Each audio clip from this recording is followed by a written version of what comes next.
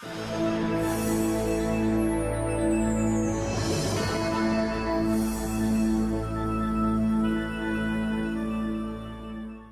an African proverb that I love so much that says, until lions have their own historians, then all stories about hunting will glorify the hunter.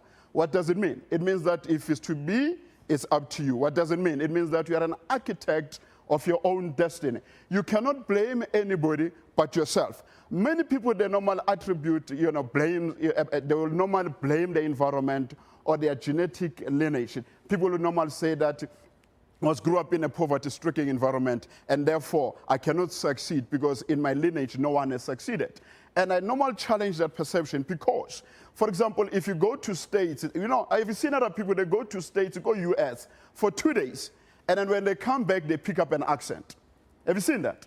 Other people, they go to China for 10 years, and then when they come back, they don't pick up an accent. Have you seen somebody going to the States for 2 days, and then the person will say, I don't eat chips and ties. And other people, they will say, why you don't eat chips and ties? Why are you picking up an accent? They'll say, I'm coming from the States. And I challenge that because you are not a product of your environment, you are not a product of your past, but you are a pioneer of your own destiny. There's a guy that I love so much, his name is Alan Kay. Alan Kay put it nicely.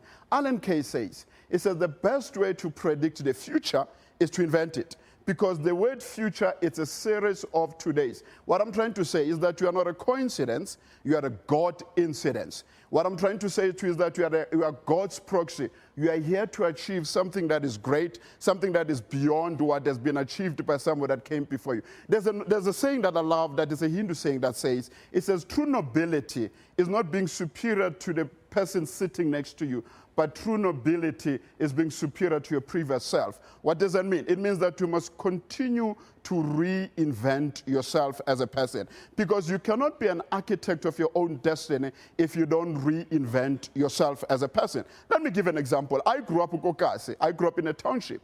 During the days when I used to grow up, when we were about to discontinue the relationship, you used to say what? The silver cup is broken. You remember? You used to say the silver cup is what? Is broken.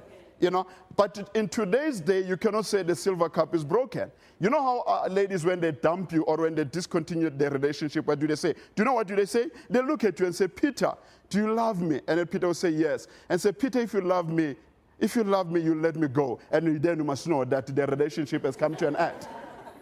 What I'm trying to say is that the way to change tapestry, destiny, it's something that cuts across. And what I'm trying to say is that for you to achieve what God has engineered for you as a person, understand one thing, that you are an architect of your own destiny.